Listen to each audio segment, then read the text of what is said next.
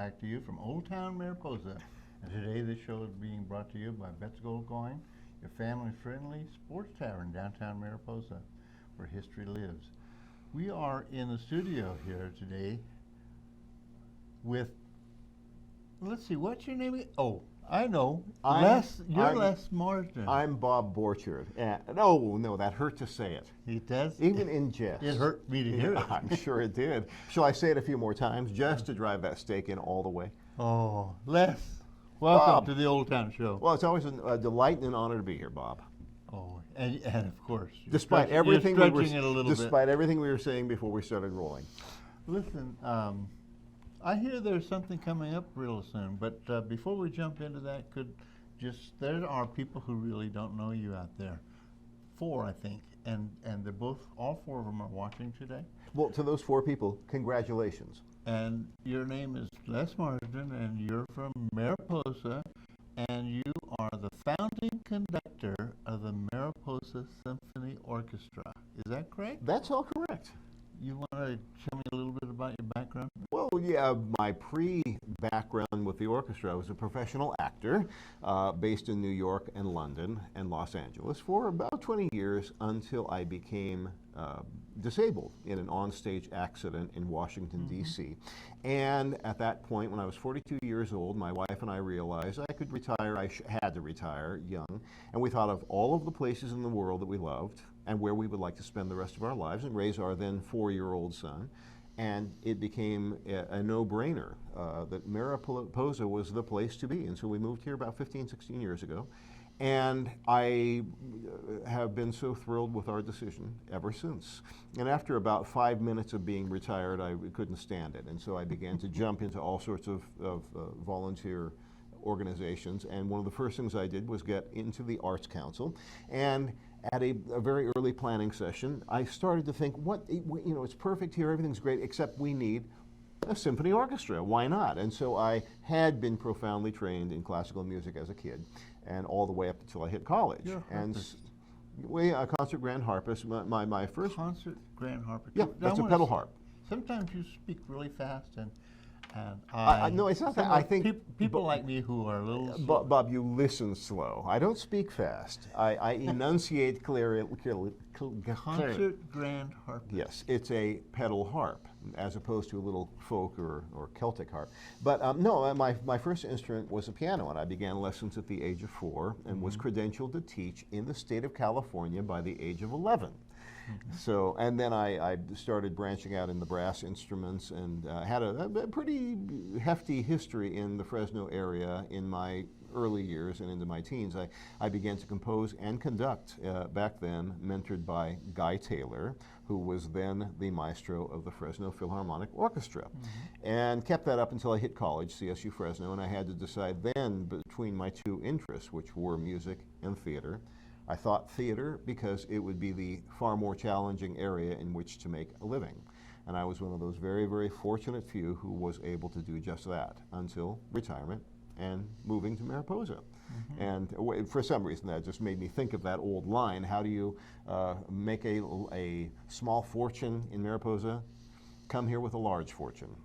But it's okay, that was a joke.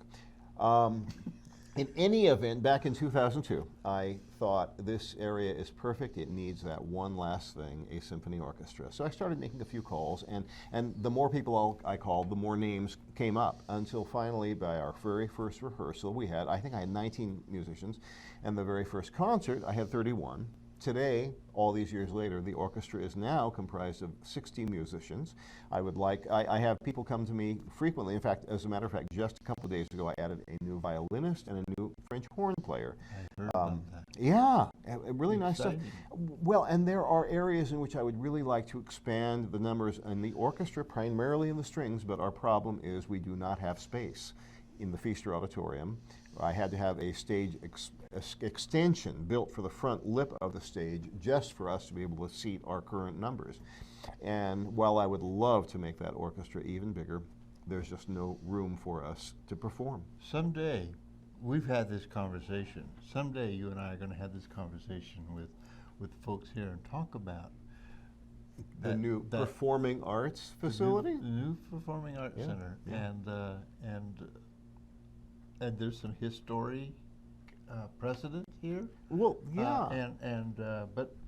But before we launch into that one, and I think that deserves a separate show, and you will come back. Sure. Yeah. If you continue to pay me as you have been. The check's in the mail. Mm-hmm, I'm sure it is.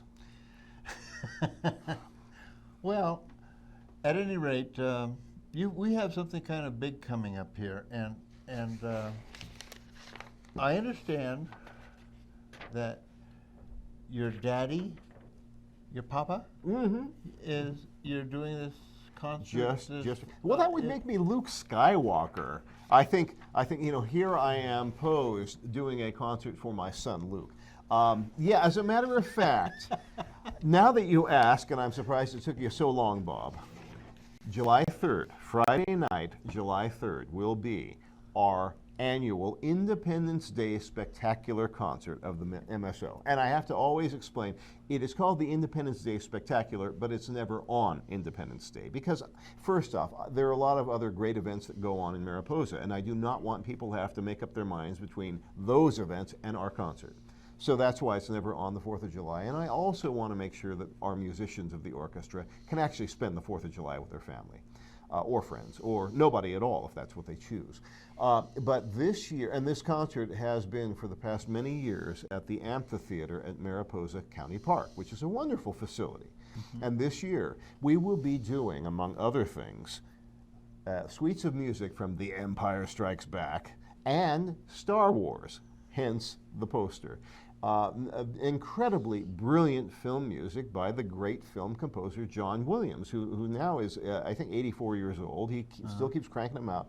And he is the most brilliant film composer living today, hands down. What he can do, when you consider the range and depth of his scores, going from everywhere from E.T. to Close Encounters, Jaws, the Harry Potter scores, the Star Wars. Going back, I think, a score that I think is brilliant that people don't know, back in 1968, he did the score for a wonderful little intimate movie, The Reavers. And it's kind of a coming-of-age, down-south movie. Wonderful movie, but it's got a phenomenal score that's unlike anything you've heard from John Williams. But in any event, we'll be performing those two scores. We will also be performing, and this is a real first coup for this area, Aaron Copland's Rodeo, or Rodeo, depending upon how you choose to say it. Copland preferred Rodeo, and Martha Graham, who commissioned the piece, said Rodeo. So, it's your personal choice. And folks may not immediately recognize what I'm saying when I say Aaron Copland's Rodeo, but you certainly will recognize the music, the fourth movement of which, the final movement, is that very famous Hoedown, which was used in the Beef, It's What's for Dinner commercials for years. So we'll be performing that. We will also be performing, this is the annual concert at which we offer music written by our young Mariposa County residents. That's really an exciting thing. We've been promoting that. I understand they had a great turnout. Oh yeah, and the nice thing this year is we have two winners, and both are young men from the orchestra, a 13-year-old named Matt Croker and a 15-year-old named Sean Cox. And both of these young men play in the violin section of the MSO. Just so people out there understand what goes on, they write a concert piece of class. Don't want to use classical music. Well, it's okay. No, contemporary classical, concert music, symphonic. Symphonic piece, and you actually perform it on stage. Yeah. At the 4th of July concert. I've been able to attend each of your concerts since you started this series, and this is always a high point of my weekend. Well, there's nothing like having a kid sit there and see a full symphony orchestra and hear that symphony orchestra performing their music. What an honor. It's kind of a cool thing.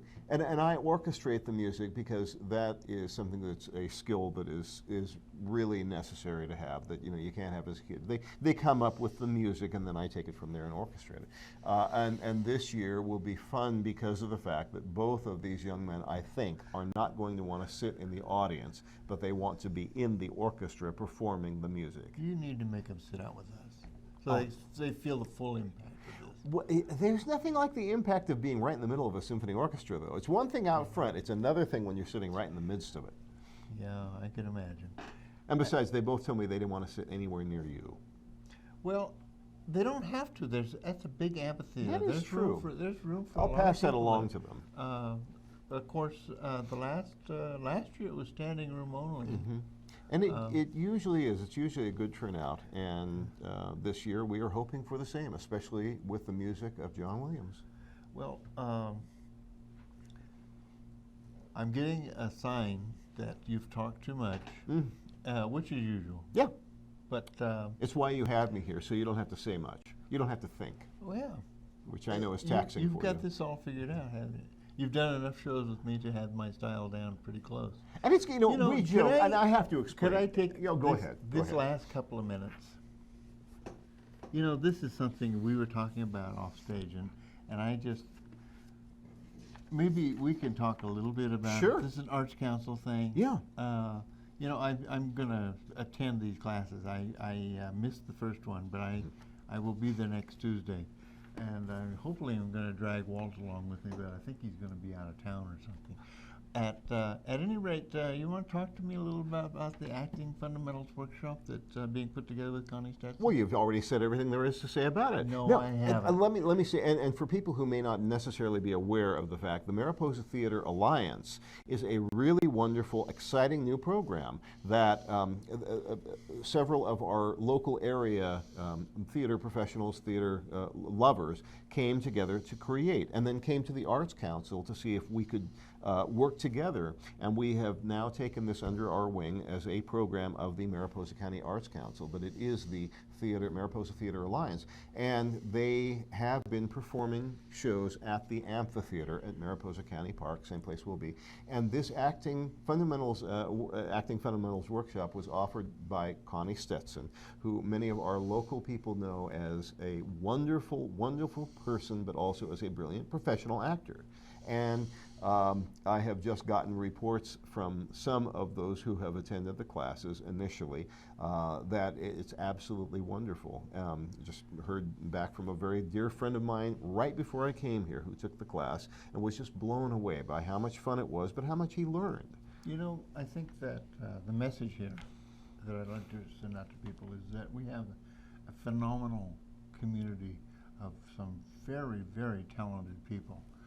Not just me and my city planning gig, but people who actually do really fine stage arts, performing arts, fine arts, and this is an incredible community, and that's a message that that I'd like to get out to the world. Mm-hmm. And there's been a lot of people watching this that are part of the larger world than Mariposa. Well, and to me, there are a couple of very important things to be said about that. We do have a very high concentration of artists, of performing artists, of visual artists in Mariposa.